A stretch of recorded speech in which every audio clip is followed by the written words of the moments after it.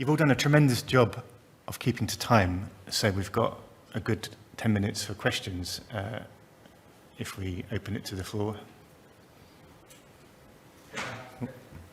Sorry, over there. Go on. Go ahead. So it's fantastic talk. I enjoyed it so much. And so 2 questions, one for Jasper, one for Kevin. First of all, and Jasper, about IL-6, you can measure the levels change, high and low, in the patient serum. Do any thought about the source of the IL-6? Whether it be systemic response? I know you're talking about the cancer and myeloid interaction crosstalk. How about the, then that would be very much about local response. Any thought about the systemic response, non-specifically, or secondary effect? You're asking where IL-6 comes from? You're asking where IL-6 is coming from? Exactly. Yeah, so it's traditionally expected to be expressed by the myeloid compartment, the macrophages, right? And that would also be in the circulation. But what we see is when patients have received chemotherapy, the cancer cells actually are provoked to start expressing IL-6. And that's what is part of the publication. I'm sorry that the reference was wrong on it. It's fantastic. But the reason I mentioned about it, because in our sort of co-culture system, we found endogenous levels of IL-6 very high in the normal cholangiocyte. But anyway, my student will present it later. So it will be interesting to discuss. Thank you. The second for Kevin, very simple. First time I heard about the mesiosis. It appeared to be quite similar. There's no specific marker for it, for the identification, whether it's a mesiosis or the autophagy. You know, for autophagy, we got markers. Yes, there are specific markers, and sometimes it's the absence of markers and the absence of autophagy markers. So I didn't go into detail because I think it was not enough time, but we have looked at all those markers and so ruled out autophagy. But yeah, it's a really good question. Thank you. Yeah, thank you for the presentations. My question is for the panel, and it's related to AI, and probably it's coming from someone who's really, naive and doesn't know a lot about it. But I assume that with the entry of new technologies for spatial transcriptomic, and you touched on this, Julianne, we will have more need in AI. So in new technologies, like for example the CosMx, where you have your pathology and your in situ gene expression. So probably you have digital pathology with in situ gene expression. Do you think there is a standardized way to go forward and analyze data through AI? Do we need to train the system through the digital pathology level first and then add on the genomics, or is there a different way? So I think it's a very good point, because there are also multimodal AI that we see, like combining histology, genomics, but also CT scan, MRI. So I think this is definitely probably the future and the way to go. But however, from my experience, it's still difficult to have something really robust on one modality. That maybe for the addition of other modality, still it's quite complex. There have been some publications that show that if you add histology and genomics, you improve, for example, prognosis prediction. But I think also from a practical perspective, I think we have really major issues in the hospital, in the informatics system, because if you want to apply this kind of model, you will need to have genomics, histology, CT scan, everything at the same place, the same time. And for example, in the Greatest Paris Area Hospital Consortium, we have approximately 150 applications, different applications that are in the hospital and that everybody uses. So there is a lot of data, but separated. The application do not communicate with each other. But I think definitely combining will be the way to go. And also regarding the spatial analysis, I think we are at a point where we produce so much data and we use so less of the data we produce, because in spatial transcriptomics, for example, or single cell, you produce so much data, but you finally use like less than 1% of the data that is produced. AI can also be used to mine through this data and to identify patterns. So that's a new field that is not completely mature yet, but it's also a way to mine into this very complex data and to automatically sort pathways or relationships between cells that may have an impact. And for example, we are starting to apply AI to spatial transcriptomics data. The problem is the cost, because you need a lot of samples. It's about 3,000 euros one case, so it's difficult to build.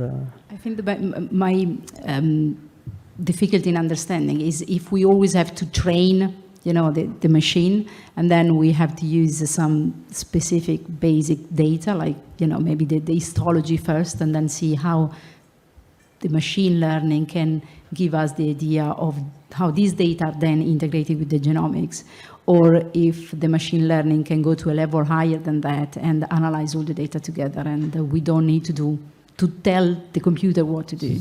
So there are different ways when you want to match different data from different sources. You can try to put omics data, histology all together and just put it in the model and train. But this approach is really difficult because it's very difficult to have a model, because there are different types of model that is fit for every kind of data that is really different between each other.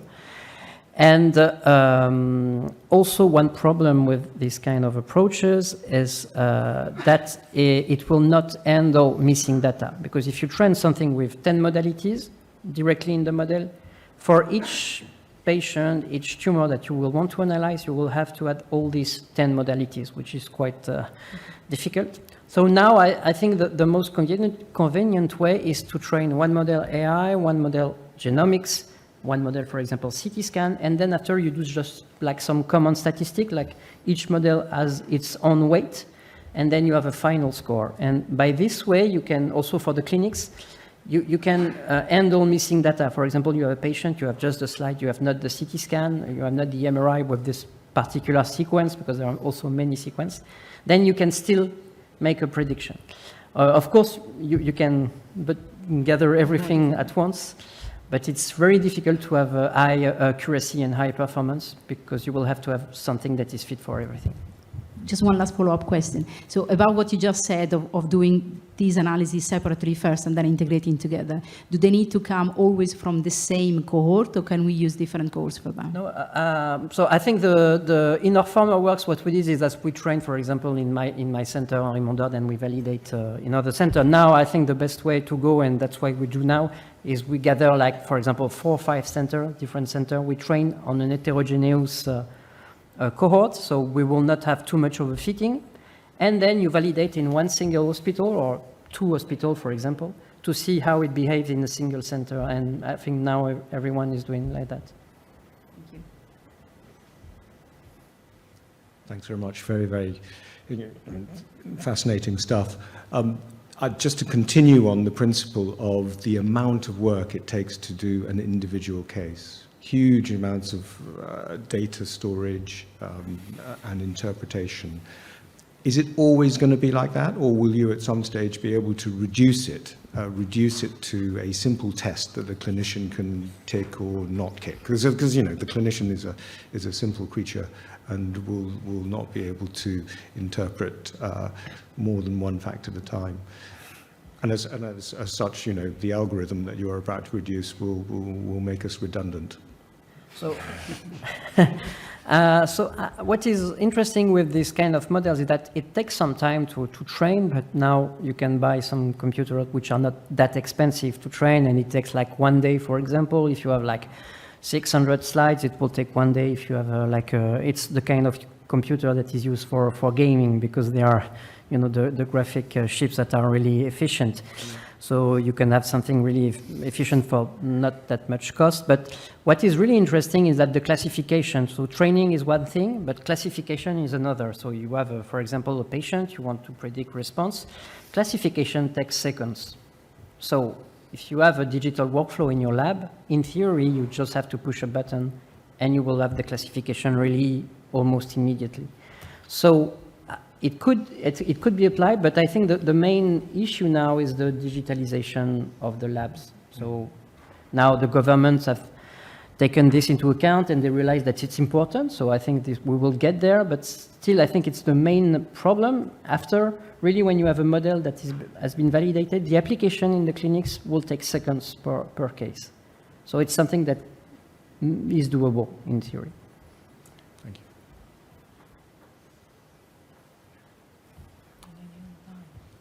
you. Hey, this is also a question for Kevin. Have you looked at any of the other targets of your CX, whatever the number is? Because it really looks like a metabolic phenotype, and I think, for example, it hits GSK3. No, is a short answer. And we probably should, but no, we haven't looked at any other targets, but it would be a really good thing to do. But it would sort of divert us away from the main topic, so we haven't really done that. But it would be interesting. I mean, it might turn out that it might be applicable It might across be the very board useful. in, It might be a in very useful thing, cholangio, yes. Yeah. Yeah. Hi, it's a question for Professor Anderson, actually. In your long-term survivors versus the rapid progressors, did you have any data on the differences in clonality or T-cell checkpoints or HLA status in those patients? Yeah, so we looked at the biopsies for their stromal score, their T-cell composition and so forth, and they're relatively alike.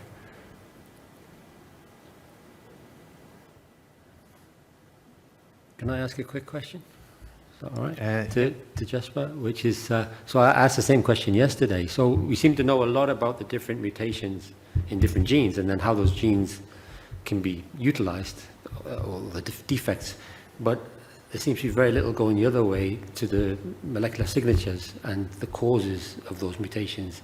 Is there any stuff that is, ongoing about the causes to help in prevention? So they're probably currently the best way to use genomics for interrogating the causes would be genetic substitution signatures for what exposures the patient had been seeing over the lifetime, as we know, smoking, UV for melanoma, and so forth.